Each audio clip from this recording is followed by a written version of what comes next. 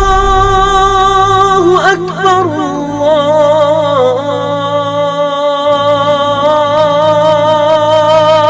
الله أكبر.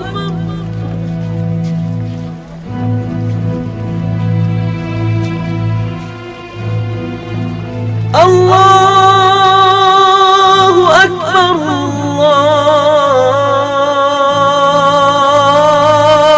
الله أكبر.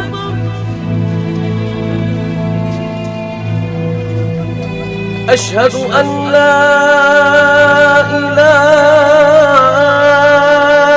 إلا الله.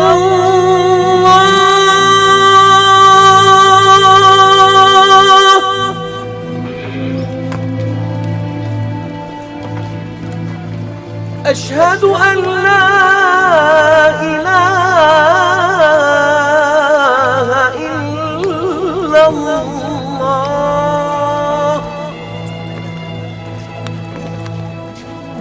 أشهد أن محمدًا رسول الله.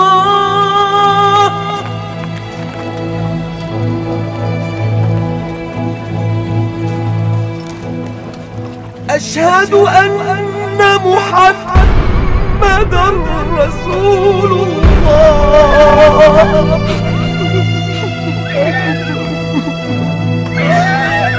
حي على الصلاة.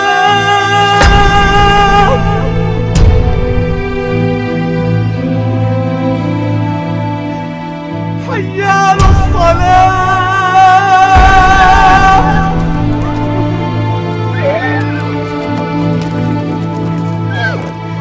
حي على الفلاح.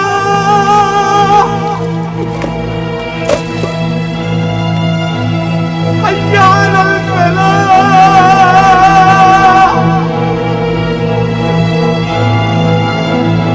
الله أكبر الله أكبر. لا إله إلا الله. من كان يعبد محمدا فإن محمدا قد مات، ومن يعبد الله فإن الله حي لا يموت. هون عليك يا بلال، هون عليك. ونعم الرفيق الأعلى صاحبا للرسول يا بلال. فارقنا الحبيب يا أسامة، فارقنا الحبيب يا أسامة. هيا إلى الصلاة يا بلال، هيا إلى الصلاة. هي وصية رسول الله صلى الله عليه وسلم إلى يوم القيامة. هيا. جراح الأمة الثكلى تنادي، فهبوا يا بني قومي أسود.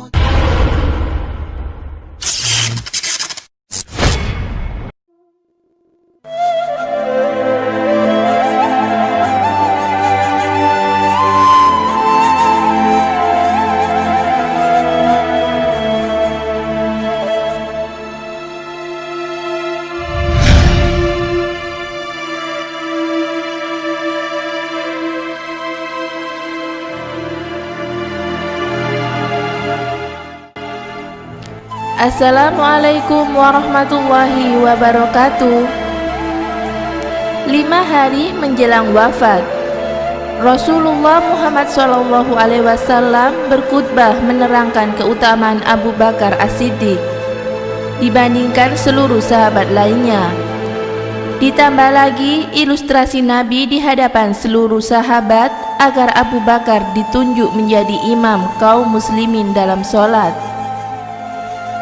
Dalam kitab Al-Bidayah wal Nihayah, Ibnu Katsir menjelaskan bahwa khutbah Nabi ini merupakan pengganti dari keinginan beliau untuk menulis wasiat siapa yang menjadi penggantinya.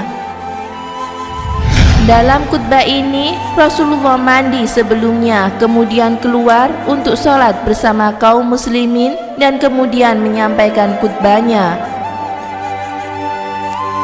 Hal yang pertama diucapkan Rasulullah setelah memuji Allah Subhanahu wa Ta'ala adalah perihal orang-orang yang terbunuh di perang Uhud Maka beliau pun berdoa dan memohon ampunan untuk mereka.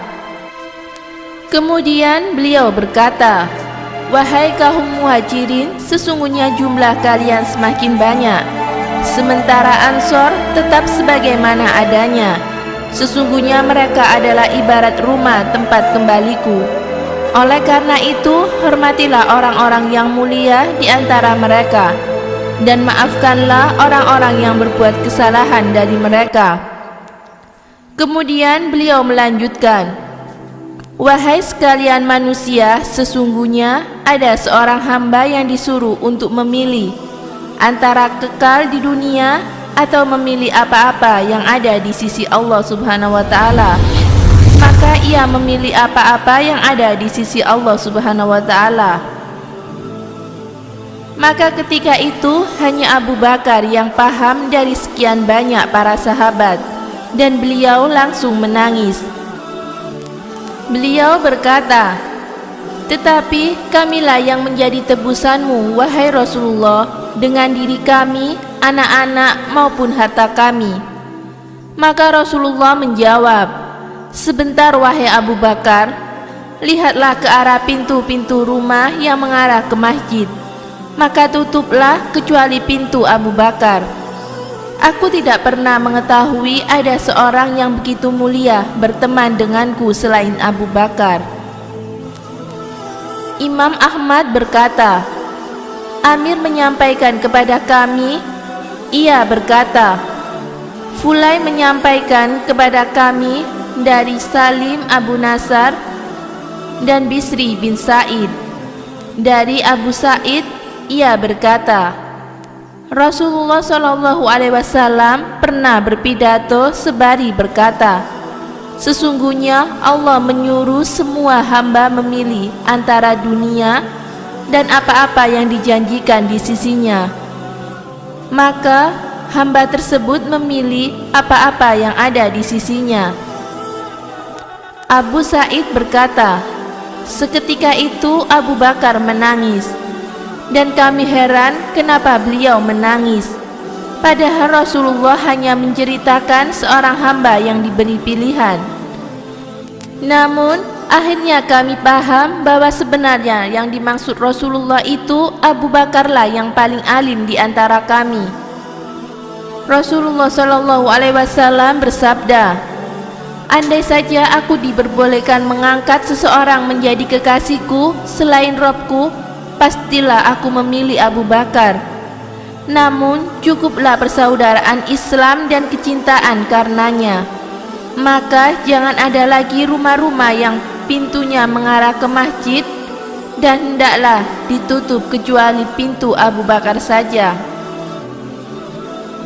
Imam Al-Bukhari juga meriwayatkan hadis ini dari jalan Abu Amin Ar-Akadi dengan sanad yang sama. Imam Al-Bukhari meriwayatkan dari jalur Abu Rahman bin Sulaiman bin Hanzalah bin Al-Ghazi dari Ikrimah dari Ibnu Abbas bahwa Rasulullah suatu hari keluar dalam keadaan sakit dengan mengikat kain di kepalanya yang ujungnya terjuntai di antara dua bahunya. Kemudian beliau duduk di atas mimbar, kemudian menyebutkan khutbah tadi. Di antara pesan wasiat beliau agar berbuat baik terhadap kaum Ansor, hingga akhirnya Ibnu Abbas berkata, "Itulah majelis dan khutbah terakhir Rasulullah." Dampak dari berita wafatnya Rasulullah.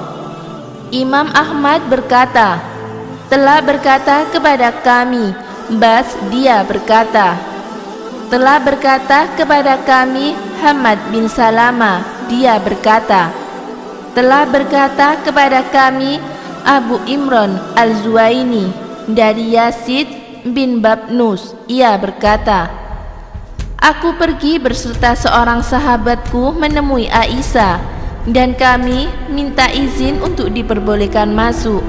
Maka ia melemparkan untuk kami bantal tempat duduk. Kemudian ia menurunkan hijab.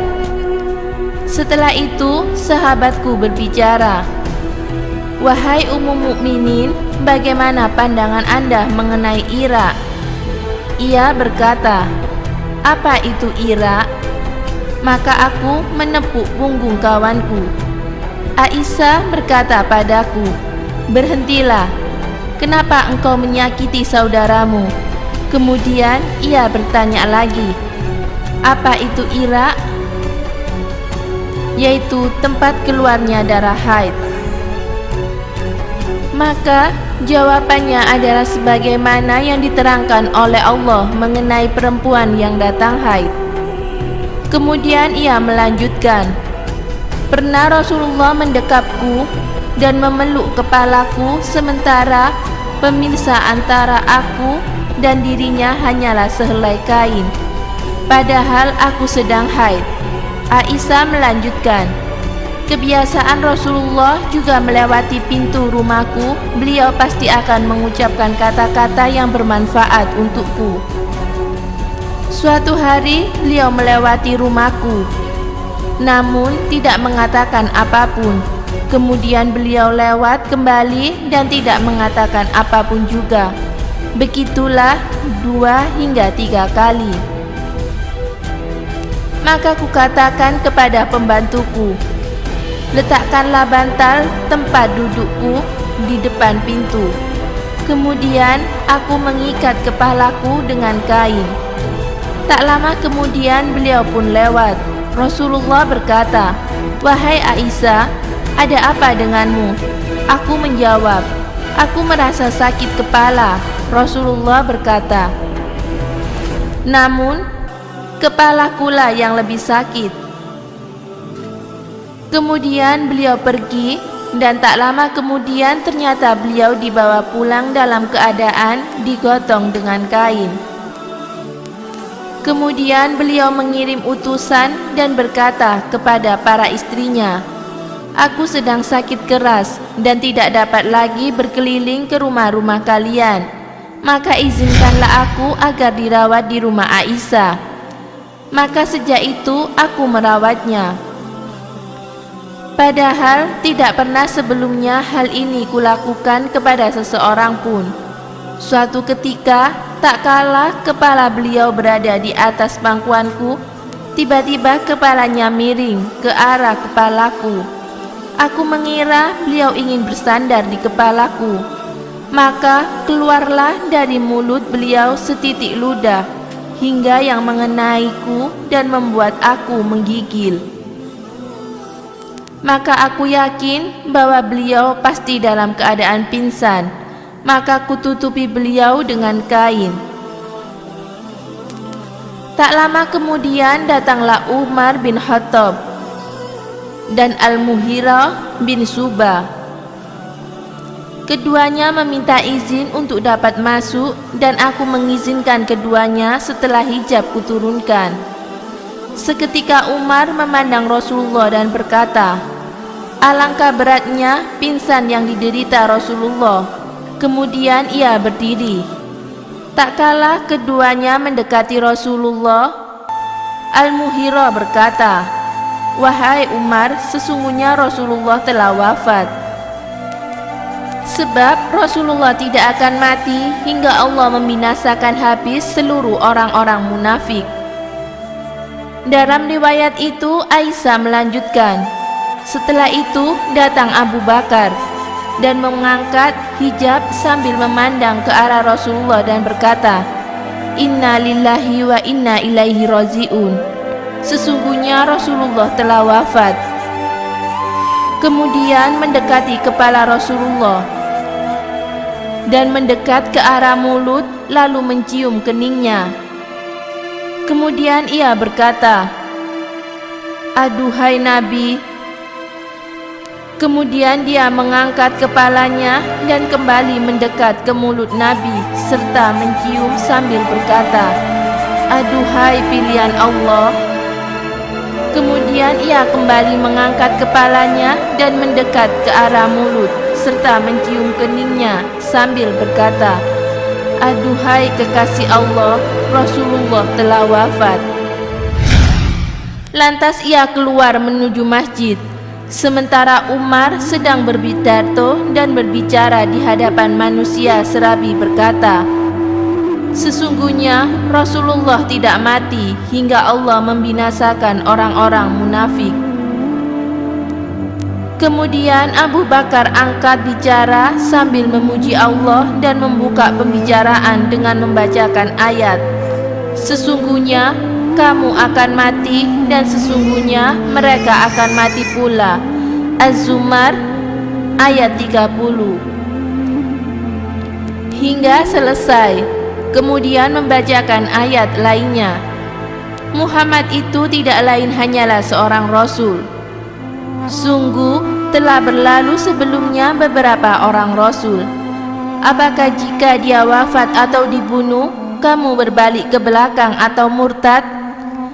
Barang siapa yang berbalik ke belakang, maka ia tidak dapat mendatangkan mudarat kepada Allah sedikit pun, dan Allah akan memberi balasan kepada orang-orang yang bersyukur. Surat Ali Imran ayat 144.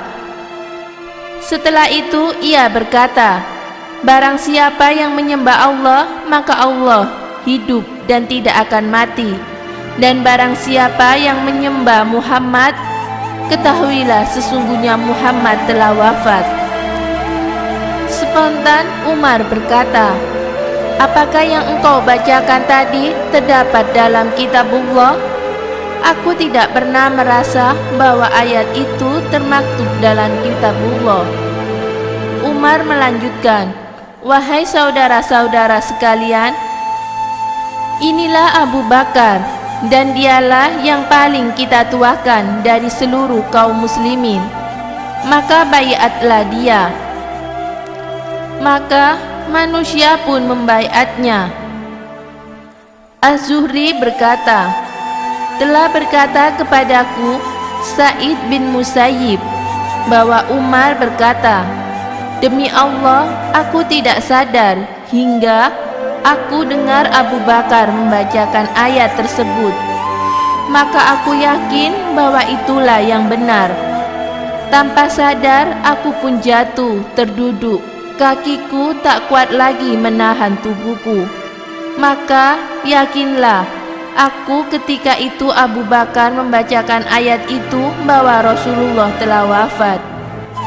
Demikianlah kisah wafatnya Rasulullah SAW dan khutbah yang disampaikan beliau menjelang wafatnya. Semoga sholawat dan salam senantiasa tercurah untuk Rasulullah SAW, keluarga, sahabat, dan para pengikutnya. Wallahu a'lam bishawab.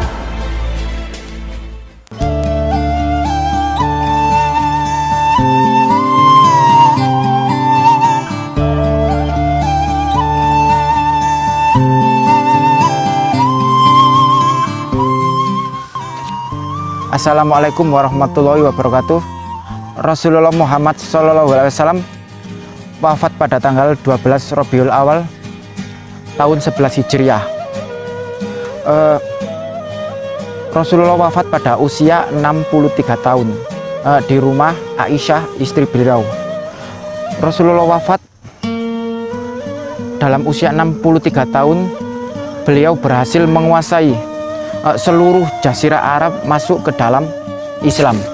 Bayangkan, dalam usia 63 tahun beliau mampu menyatukan seluruh jazirah Arab dalam pangkuan Islam. Hari ini usia 63 tahun, apa yang kita hasilkan? Dan Rasulullah adalah orang yang sukses dalam mengemban misi kenabian dan menyebarkan agama Islam ke seluruh jazirah Arab. Meski Rasulullah menjelang akhir hidupnya, beliau sakit panas demam selama 13 atau 14 hari. Beliau sempat untuk menjalankan sholat. Dalam satu riwayat disebutkan setelah sadar dari pingsan Rasulullah, sholat dipandu dengan Ali bin Abi Thalib dan Abbas bin Abdul Muthalib mengemani sholat subuh. Walau badan beliau belum fit.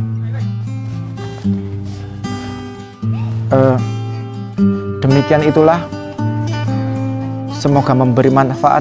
Wassalamualaikum warahmatullahi wabarakatuh.